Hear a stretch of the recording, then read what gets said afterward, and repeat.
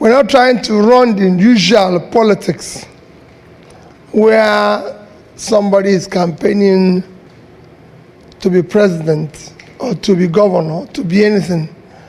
We're trying to bring a change in a collapsed system. And when we mean bring a change, bring a true change, a change that is committed where all of you and everybody is involved. We want to take back our country.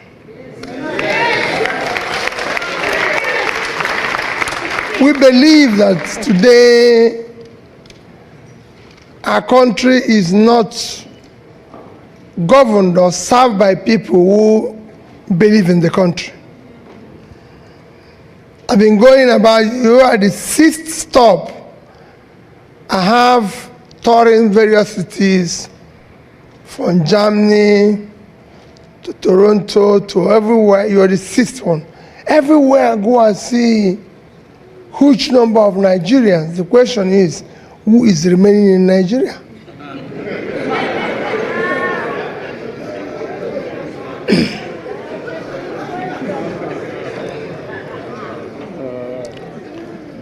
Those who are remaining are probably those who couldn't get out.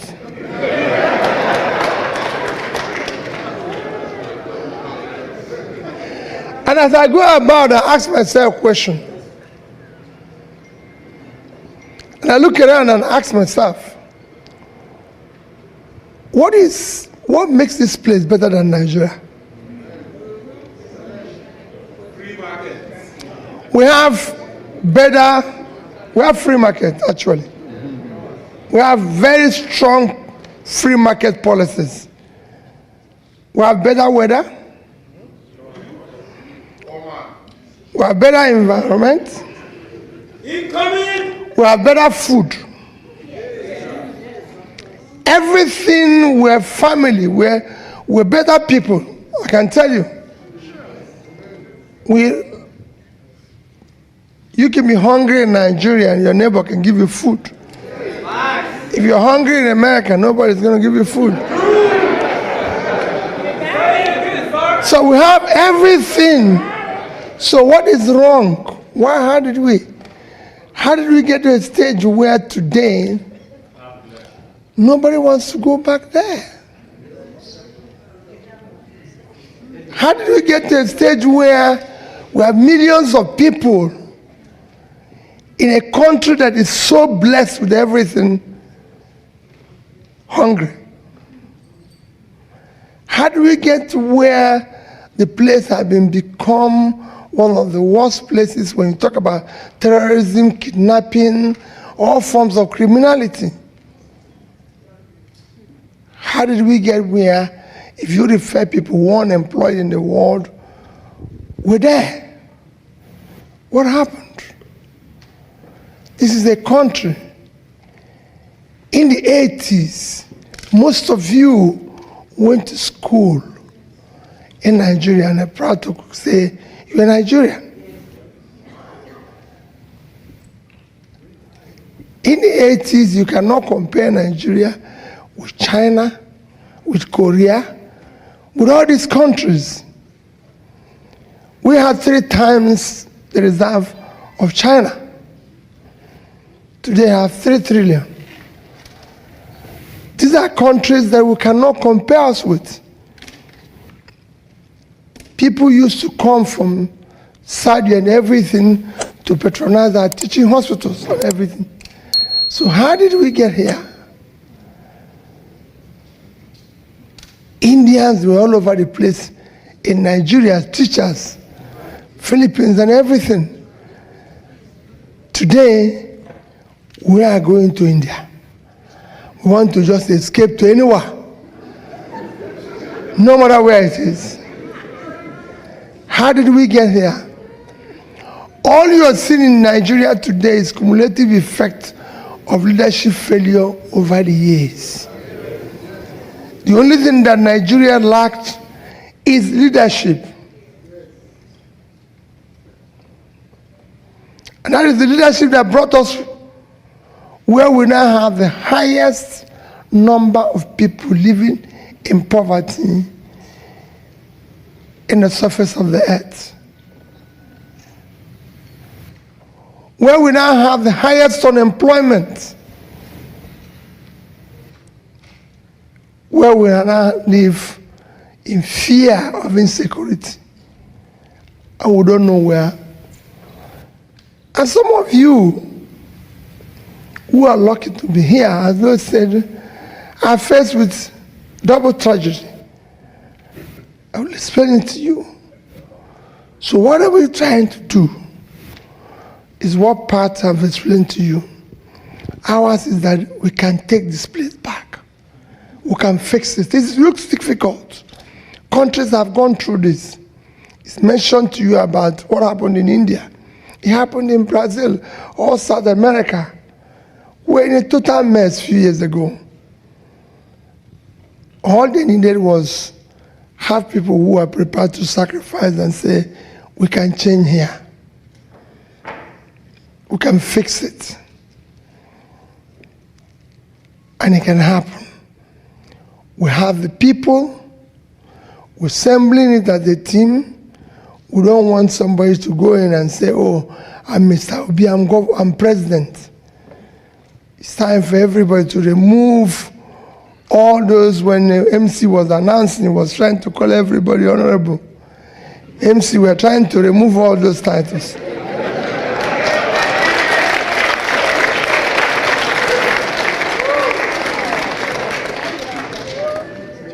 We want to remove the fire. We don't want to call people excellence again in Nigeria, because there's nothing excellent there again. We don't want people to be distinguished. When I came in here, like I said to every other place I've been, I saw people, but I noticed that maybe it wasn't you people, because I'm not happy. And I thank people of Salia that we're doing this in a church. That's actually where we should be now. So wherever I go, they've been trying to celebrate or sing, and I said, no more celebration in Nigeria. It is time for us to get to work and fix the country. The potentialities are there. It's going to be difficult. Extremely difficult. Let nobody kid you. The next government is not going to be easy.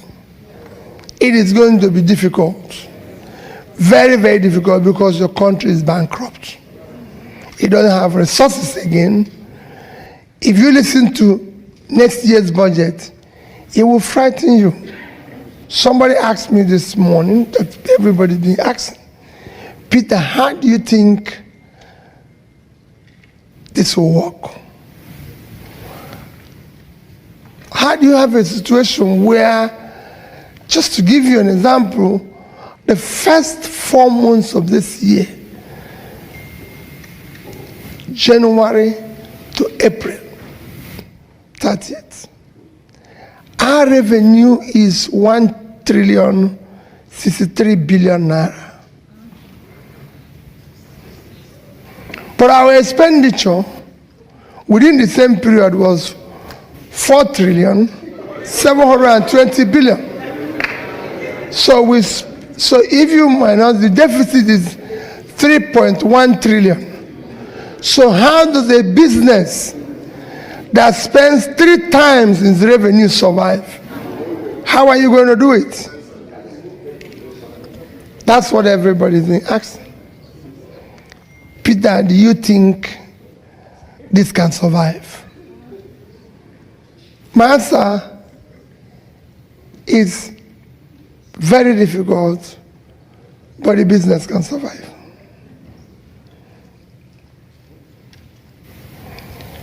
It can survive.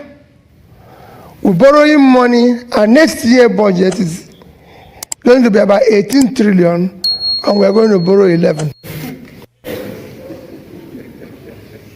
Again, the question is, how is this business going to survive? And I told somebody earlier this morning, I said to him, the business will survive.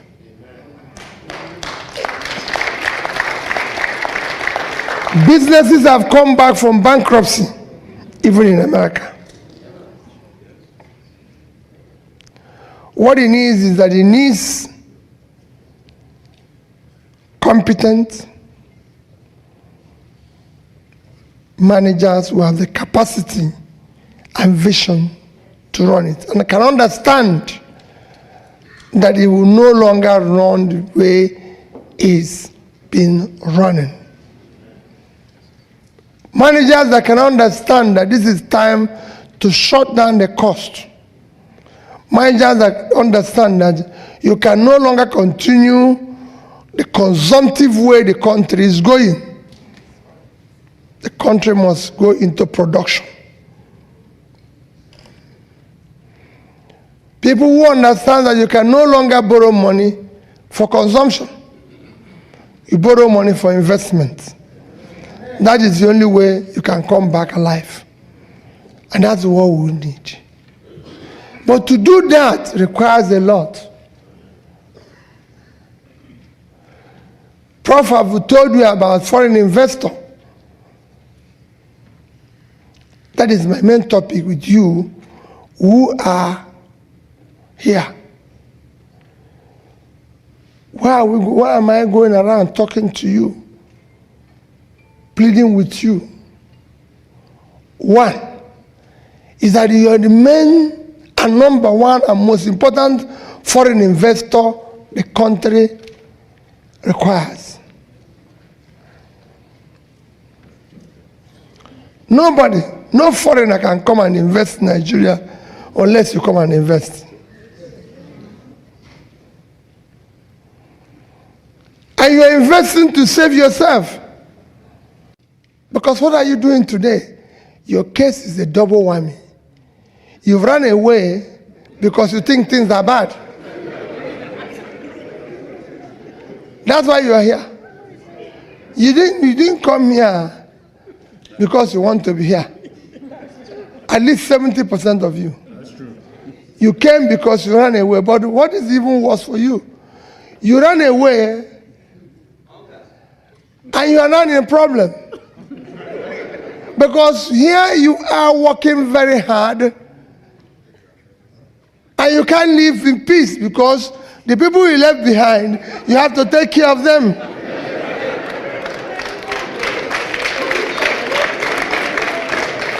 So you have a crisis. Because if you are left on your own, it would have been better. But now, for every 10 calls you receive, it's 10 problems, if not 11. And you can't say no, because even if you hate them, you will not sleep, remembering that they are there. They're hungry. You've become everything. You are the funeral director. If anybody dies, you have to come and bury the person. You are a doctor. You are a nurse. Because everybody that is sick is looking for you. So they turn you into everything. At that stage, you don't even have peace. So your problem is more. So you have a duty. If you fix there and it's working, then you reduce your own pressure. So you owe a duty to fix there.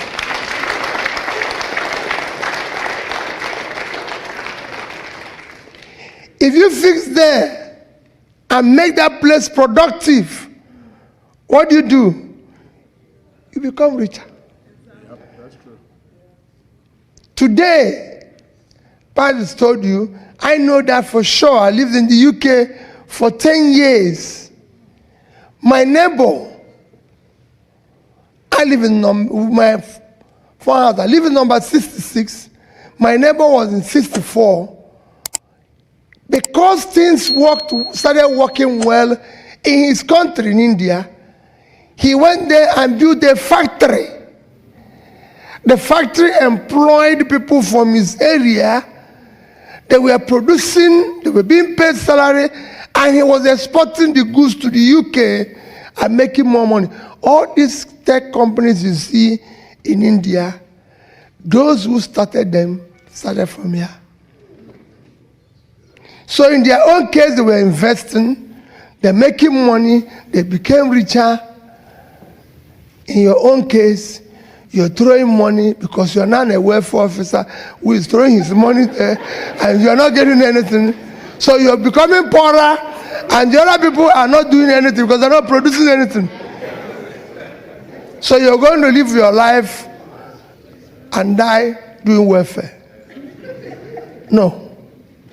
If you have the place to work and it becomes productive, you are the first people who are going to come without your resources. That's what my neighbor did. He borrowed money from UK, mortgaged his house, took the money and built a factory. But you know today, everything you take back there is gone. No return. Nothing. Have you ever taken anything back and you saw any return? No. More complaint will come. In fact, before that one reach, they sent the new batch of one you need to attend to. You can't even go back because of insecurity. Now people buried by Zoom. I've gone to burial recently. The children are talking to us in Zoom. It's only people like me that were there. So you see the crisis you face.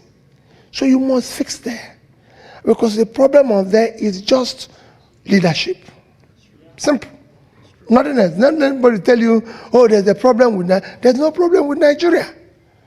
Problem with Nigeria is that you hired incompetent people who don't have any capacity to do anything. So all they do is tell you in schools, tell you a story. There's nothing insecure in a place. It's either you have a state or you don't have a state. You can't have non-state actors be more powerful than state. It's not possible.